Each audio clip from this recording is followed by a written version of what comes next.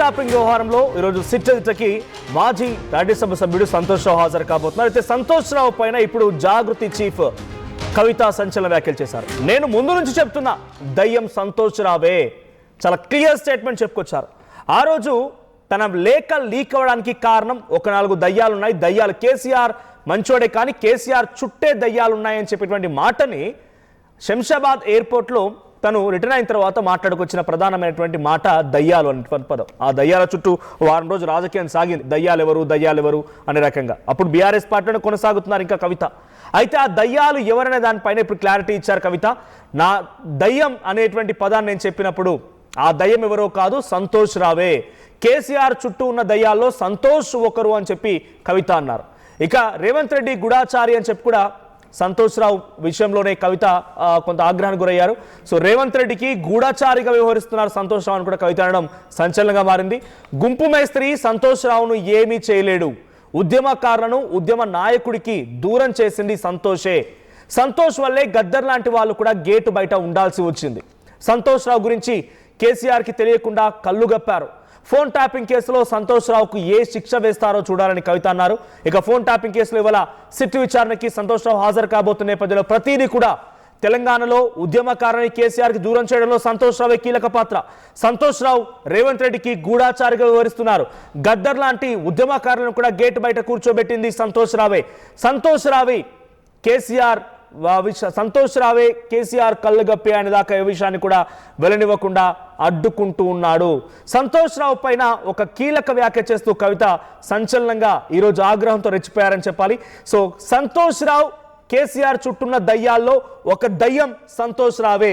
ఒకసారి కవిత ఏం మాట్లాడారో చూద్దాం. ఇవాళ బీఆర్ఎస్ పార్టీ, అదేవిధంగా బీఆర్ఎస్ పార్టీ అధ్యక్షులు గౌరవనీయులు ఉద్యమ నాయకులు ఉద్యమకారులకు దూరమైనరంటే, పేద ప్రజలకు దూరమైనరంటే, అమరవీరుల కుటుంబాలకు దూరమైనరంటే, పెద్ద పెద్ద నాయకులు గద్దర్ గారు లాంటి వాళ్ళు గేట్ బయట ఉండే పరిస్థితి వచ్చిందంటే, ఈటెల రాజేందర్ గారు లాంటి వాళ్ళు పార్టీ వీడే పరిస్థితి వచ్చిందంటే, ఈ అన్ని దుర్మార్గాలకు కూడా సెంటర్ పాయింట్ మొదటి దయ్యం ఈ సంతోష్ రావు అనేటటువంటి వ్యక్తి. మరి ఆ సంతోష్ రావు గారిని సిట్ ఇప్పుడు పిలిచిందని చెప్తూ ఉన్నారు ఫోన్ ట్యాపింగ్ విషయంలో. కానీ ఈ ముఖ్యమంత్రి గారు, ఈ గుంపు మేస్త్రి గారు, ఆయనకు ఉండేటటువంటి ప్రధాన గూఢాచారి కూడా ఈ సంతోష్ రావే. ఫామ్ హౌస్లో కేసీఆర్ గారు సగం ఇడ్లీ తిన్నారా, ఫుల్ ఇడ్లీ తిన్నారా అనే ఇన్ఫర్మేషన్ గుంపు మేస్త్రికి ఇచ్చేదే ఈయన.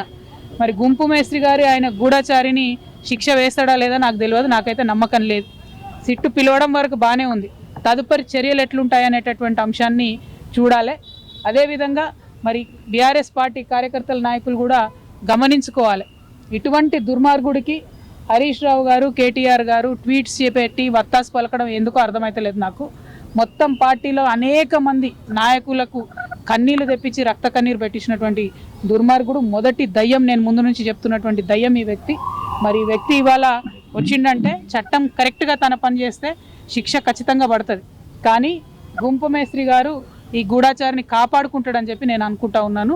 మరి అటువంటి పరిస్థితి రాకుండా పోలీస్ డిపార్ట్మెంట్ వాళ్ళు పక్కడబందీగా మీ పని మీరు రాజకీయాలకు అతీతంగా చేయాలని కూడా డిమాండ్ చేస్తాం. ఇవాళ రేవంత్ రెడ్డికి ఫామ్ హౌస్ లో కేసీఆర్ ఒక ఇడ్లీ తినడా, సగం ఇడ్లీ తినడా, 1.5 ఇడ్లీ తినడా, ఈ ఇన్ఫర్మేషన్ మొత్తాన్ని రేవంత్ కి అందించేది ఈ గూఢాచారి సంతోషే. నేను చెప్పిన దయ్యాల్లో మొదటి దయ్యం సంతోషే. ఉద్యమకారులను రక్త కన్నీరు కార్చే విధంగా చేసింది ఈ సంతోషే. ఈటెల రాజేందర్ పార్టీ వీడారన్నా, గద్దర్ లాంటి వ్యక్తులు గేటు బయట కూర్చున్నారన్నా ప్రతిదానికి కారణం ఈ సంతోష్ రావే అని చెప్తూ సంచలన వ్యాఖ్యలతో కవిత మాట్లాడిన మాటలు ఇప్పుడు హైలైట్గా అయ్యాయి. అయితే కవిత చెప్తున్న ప్రకారంగా నిజంగా ఎటువంటి రాజకీయ ఒత్తిళ్లకు లోనవ్వకుండా అధికారులు తన పని తాను చేసుకుంటూ వెళ్ళినట్టయితే కనుక డెఫినెట్గా సంతోష్ రావుకి శిక్ష పడుతుంది. కానీ ఏం శిక్ష వేస్తారో చూడాలని అటు సంతోష్ విషయంలో కవిత మాట్లాడుకొచ్చారు. ప్రతినిధి మధు ఉన్నారు. మధు, సో కవిత చెప్తున్నటువంటి దయ్యాల్లో మొదటి దయ్యం సంతోషే. ఈటెల రాజేందర్ పార్టీ వీడారన్నా, గద్దర్ని గేటు బయట కూర్చోబెట్టినా, ఉద్యమకారుని కేసీఆర్కు దూరం చేసిన, ఉద్యమకారులు రక్త కన్నీరు కార్చిన, వీటన్నిటికీ కారణం సంతోషే. సంతోష్ కేసీఆర్కి గుడాచారిగా, రేవంత్ రెడ్డికి ఇప్పుడు గుడాచారిగా వివరిస్తున్నారు సంతోష్. సో కేసీఆర్ ఫామ్ హౌస్లో ఒక ఇడ్లీ తిన్నారా, 2 ఇడ్లీ తిన్నారా ఏందనే విషయాన్ని కూడా ఎప్పటికప్పుడు చేరవేస్తున్నారు. ఇట్లాంటి సంచలన వ్యాఖ్యలతో సంతోష్ రావు మొదటి ముద్దాయి అన్నట్టుగా చెప్పుకొచ్చారు కవిత. ఏం చేయాలి? ఈ వ్యాఖ్యల నేపథ్యంలో సంతోష్ రావు ఎలా రియాక్ట్ అయ్యే అవకాశం ఉంది? సో ఇక్కడ కేటీఆర్ హరీష్ రావు కూడా ఈ గుంటనక్క విషయంలో లేకపోతే ఈ సంతోష్ రావు విషయంలో ఎందుకు ఇలా ట్వీట్ చేశారో అనే రకం కూడా ఒక ఆశ్చర్యాన్ని వ్యక్తం చేశారు ఆవిడ. సో ఏంటి సంతోష్ రావు పైన ఉన్నటువంటి తన ఆగ్రహాన్ని మొత్తం వెళ్ళగక్కారనుకోవాలా? ఎగ్జాక్ట్లీ, గతంలో కూడా సంతోష్ రావు పైన కవిత చాలా హాట్ కామెంట్స్ చేశారు. అసలు కాంగ్రెస్ అధికారంలోకి వచ్చిన తర్వాత అవినీతి వెలికితీస్తాము అనేటువంటి టానిక్ నుంచి మొదలైనటువంటి దర్యాప్తు, ల్యాండ్స్, తర్వాత బినామీలకు సంబంధించిన అంశంలో కూడా సంతోష్ రావును టచ్ చేయలేకపోయారు. ఎందుకంటే రేవంత్ రెడ్డితో సంతోష్ రావు ములాఖత్ అయిపోయారు. మొత్తం పార్టీ నిర్వీర్యం చేసేటువంటి కార్యక్రమాన్ని భుజాన వేసుకున్నారు సంతోష్ రావు అనేటువంటిది కవిత గతంలో ఆరోపణ చేశారు. ఈరోజు సంతోష్ రావుకు మధ్యాహ్నం 3 గంటలకు సిట్ నోటీసులు ఇచ్చింది, హాజరు కావాల్సిందిగా. ఫోన్ ట్యాపింగ్ వ్యవహారంలో ఇచ్చినటువంటి ఫోన్ నెంబర్లన్నీ కూడా ఒక వైట్ పేపర్ పైన రాసి ఈ సిట్కి సంబంధించి అప్పుడు ఎస్ఐబికి సంబంధించినటువంటి అధికారులకు పోలీస్ దృష్టికి ఇచ్చింది ఫోన్ ట్యాప్ చేయమని సంతోష్ రావే అనేటువంటి ఆరోపణలు ఉన్నాయి క్షేత్రస్థాయిలో. అందులో భాగంగా ఆయనను పిలుస్తున్నట్టుగా తెలుస్తూ ఉంది. కొన్ని కీలకమైనటువంటి క్వశ్చన్స్ చేయనటువంటి దానికి కవిత రెస్పాండ్ అవుతూ మాట్లాడారు. నేను చెప్పిన గతంలో మొదటి దయ్యం సంతోష్ రావే అనేటువంటి స్టేట్మెంట్ అసలు పార్టీ ఉద్యమకారులకు దూరం అయిపోయింది, మొదటి నుంచి తెలంగాణ వాళ్ళకు దూరం కావడానికి రీజనే సంతోష్ రావు. దానిలో గద్దర్ని కూడా ఆమె మెన్షన్ చేశారు. గద్దరు గేటు నుంచి తిరిగి వెళ్ళిపోయేటువంటి పరిస్థితి, గేటు దగ్గర గంటల తరబడి వెయిట్ చేయాల్సినటువంటి పరిస్థితి సంతోష్ రావు వల్ల. ఎందుకంటే లోపల ఏం జరుగుతుందో బయట ఏం జరుగుతుందో కేసీఆర్కు తెలియనియకుండా కేసీఆర్కి కళ్ళకు గంతలు కట్టారు. ఒక్కొక్కసారి మన నీడను కూడా మనము నమ్మే పరిస్థితి ఉండదు. అట్లాంటి సిచ్యువేషన్ ఉంది అక్కడ సంతోష్ రావుకి సంబంధించినటువంటి విషయంలో. ఆర్టీవీ క్వశ్చన్ చేసింది, ఇవంతా జరుగుతుంటే కేసీఆర్కి తెలియదా సంతోష్ రావు పక్కనే ఉంటారు ఎప్పుడు అనేటువంటిది. సో ఆ విషయంలోనే ఆయన కళ్ళకు నిజాలు తెలియకుండా గంతలు కట్టే ప్రయత్నం చేశారు అనేటువంటిది. ఉద్యమ నాయకుడు, తెలంగాణ ప్రజానాయకుడు కేసీఆర్కి తెలియకుండా ఇదంతా చేశారు. అసలు ఉద్యమకారులు దూరం కావడానికి కేసీఆర్కు రీజన్ సంతోష్ రావు అనేటువంటి స్టేట్మెంట్ చేశారు. కేవలం పిలవడం వరకు ఓకే, చర్యలు ఉంటాయా లేవా చూడాలి. ఈ గూఢాచారిని, ఈ గుంపు మేస్త్రి కాపాడేటువంటి సిచ్యువేషన్ ఉన్నట్టు డైరెక్ట్గా ఆమె రేవంత్ రెడ్డిని కూడా టార్గెట్ చేశారు. మొన్న వరకు వచ్చిన అవినీతి ఆరోపణల రెస్పాండ్ కాలేదు. ఇప్పుడు ఈ గూఢాచారిని విషయంలో అసలు కేసీఆర్ ఇడ్లీ తిన్నాడా, ఏం చేస్తా ఉన్నాడు, మినిట్ టు మినిట్ అప్డేట్ ఇచ్చేదే సంతోష్ రావు రేవంత్ రెడ్డికి. ఇప్పుడు ఈ గూఢాచారిని గుంపు మేస్త్రి కాపాడుతాడా లేడా చూద్దామనేటువంటి స్టేట్మెంట్ చేశారు. ఇంకొక క్వశ్చన్, త్వరలో మీకే నోటీస్ రానుంది అనేటువంటి వేసిన క్వశ్చన్కి కూడా ఆమె సమాధానం చెప్పారు. ఖచ్చితంగా వస్తుందో లేదో చూద్దాం, చర్చ అయితే జరుగుతుంది, వచ్చినప్పుడు చూద్దాం అనేటువంటి ఒక రీతిలో ఆమె సమాధానం చెప్తూ వెళ్ళిపోయారు. ఈరోజు మధ్యాహ్నం 3 గంటలకు సంతోష్ రావు హాజరుగా ఉన్నారు. మనం చూసాం గతంలోనే హరీష్ రావు, కేటీఆర్ విచారణ అయిపోయింది. సంతోష్ రావు నెక్స్ట్ కేసీఆర్, నెక్స్ట్ కవిత కూడా విచారణను ఎదుర్కొనున్నారు. బాధితురాలిగా చర్చ అయితే కొనసాగుతుంది. సో కవిత వ్యాఖ్యలు మరొకసారి వైరల్ అయ్యేటువంటి సిచ్యువేషన్ కనిపిస్తూ ఉంది. Right, thank you Madhu. So మొత్తంగా కవిత మాట్లాడిన మాటలు ఇప్పుడు హాట్ టాపిక్గా మారాయి. మొదటి దయ్యం సంతోష్ అనేటువంటి మాటని కవిత చెప్పుకొచ్చారు. ఇటు రేవంత్ రెడ్డికి గూఢాచారిగా వ్యవహరిస్తున్నారు సంతోష్. సో సంతోష్ని నోటీసులు జారీ చేయడం పైన, ఆయన విచారణకు పిలువకపోవడం పైన హరీష్, కేటీఆర్లు కూడా ఎందుకు ట్వీట్ చేస్తే అర్థం కావడం లేదు. సో ఆ రోజు తెలంగాణ ఉద్యమకారుడిగా ఉన్నటువంటి ఈటెల రాజేందర్ మా పార్టీలో నుంచి బయటికి వెళ్ళడానికి కారణమే ఈ సంతోష్ రావు. తర్వాత గద్దర్ లాంటి పెద్దవాళ్ళని కూడా గేటు బయట కూర్చోడానికి కారణమే సంతోష్ రావు. మరి ఈ సమస్యలన్నీ కేసీఆర్ వరకు వెళ్ళవా అని చెప్పి మాజీ ప్రతినిధి మధు అడిగిన క్వశ్చన్కి కవిత చెప్పిన సమాధానం ఏంటంటే కేసీఆర్ కళ్ళు గప్పారు. కేసీఆర్ కళ్ళు గప్పి ఏ సమాచారం అక్కడ వెల్లడివ్వకుండా అడ్డుకున్నారు.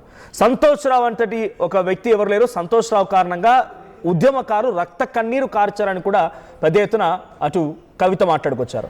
సో సంతోష్ రావు ఈరోజు విచారణ ఎదుర్కోబోతున్న నేపథ్యంలో సంతోష్ రావు పైన సంచలన వ్యాఖ్యలతో కవిత ఆగ్రహానికి గురవుతూ వ్యాఖ్యలు చేశారని చెప్పాలి. మొదటి దయ్యం సంతోష్ రావే, తర్వాత కేసీఆర్ కళ్ళు గప్పాడు, రేవంత్ రెడ్డికి గుడాచారిగా వ్యవహరిస్తున్నాడు, ఫామ్ హౌస్లో కేసీఆర్ ఎప్పుడు ఏం చేస్తున్నారు, ఏం తింటున్నారు, సగం ఇడ్లీ తిన్నారా, పూర్తి ఇడ్లీ తిన్నారా, ఇలాంటి వివరాలన్నింటి కూడా రేవంత్కి చేర్చేది సంతోష్ రావే. ఆ రోజు ఈటెల రాజేందర్ని పార్టీ నుంచి వెళ్ళగొట్టడం కోసం కూడా సంతోష్ రావు వ్యవహరించాడు.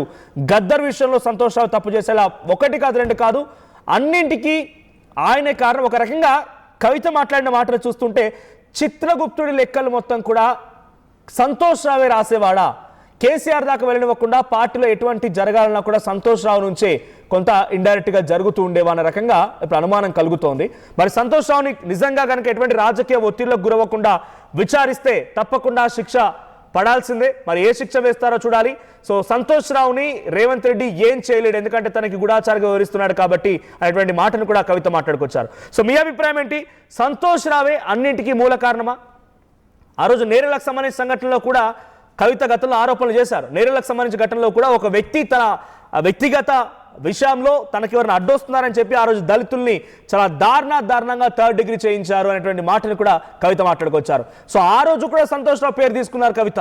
ఇప్పుడు మళ్ళీ సంతోష్ రావు పేరుని సంతోష్ రావు మొదటి దయ్యం అంటూ సంతోష్ రావే అన్నిటి కారణం అంటూ చెప్పుకొచ్చారు. ఒకసారి మీరు కూడా సంతోష్ రావు పైన కవిత ఏం మాట్లాడిందో వినండి. మీ అభిప్రాయం ఏంటి? సో కవిత వ్యాఖ్యల్ని మీరు సమర్థిస్తున్నారా? కామెంట్ చేయండి.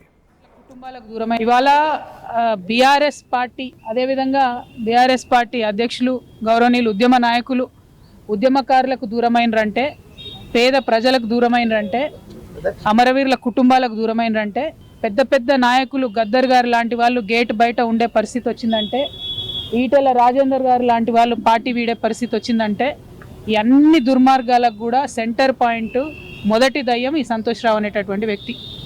మరి ఆ సంతోష్ రావు గారిని సిట్ ఇప్పుడు పిలిచిందని చెప్తూ ఉన్నారు ఫోన్ ట్యాపింగ్ విషయంలో. కానీ ఈ ముఖ్యమంత్రి గారు, ఈ గుంపు మేస్త్రి గారు, ఆయనకు ఉండేటటువంటి ప్రధాన గూఢాచారి కూడా ఈ సంతోష్ రావే. ఫామ్ హౌస్లో కేసీఆర్ గారు సగం ఇడ్లీ తిన్నారా, ఫుల్ ఇడ్లీ తిన్నారా అనే ఇన్ఫర్మేషన్ గుంపు మేస్త్రికి ఇచ్చేదే ఈయన. మరి గుంపు మేస్త్రి గారి ఆయన గూఢాచారిని శిక్ష వేస్తాడా లేదా నాకు తెలియదు, నాకైతే నమ్మకం లేదు. సిట్టు పిలవడం వరకు బాగానే ఉంది, తదుపరి చర్యలు ఎట్లుంటాయనేటటువంటి అంశాన్ని చూడాలి. అదేవిధంగా మరి బీఆర్ఎస్ పార్టీ కార్యకర్తల నాయకులు కూడా గమనించుకోవాలి. ఇటువంటి దుర్మార్గుడికి హరీష్ రావు గారు, కేటీఆర్ గారు ట్వీట్స్ పెట్టి వత్తాసు పలకడం ఎందుకో అర్థమైతలేదు నాకు. మొత్తం పార్టీలో అనేక మంది నాయకులకు కన్నీళ్లు తెప్పించి రక్త కన్నీరు పెట్టించినటువంటి దుర్మార్గుడు, మొదటి దయ్యం, నేను ముందు నుంచి చెప్తున్నటువంటి దయ్యం ఈ వ్యక్తి. మరి ఈ వ్యక్తి ఇవాళ వచ్చిండంటే చట్టం కరెక్ట్గా తన పని చేస్తే శిక్ష ఖచ్చితంగా పడుతుంది. కానీ గుంపు మేస్త్రి గారు ఈ గూఢాచారిని కాపాడుకుంటాడని చెప్పి నేను అనుకుంటా ఉన్నాను. మరి అటువంటి పరిస్థితి రాకుండా పోలీస్ డిపార్ట్మెంట్ వాళ్ళు పకడ్బందీగా మీ పని మీరు రాజకీయాలకు అతీతంగా చేయాలని కూడా డిమాండ్ చేస్తాం.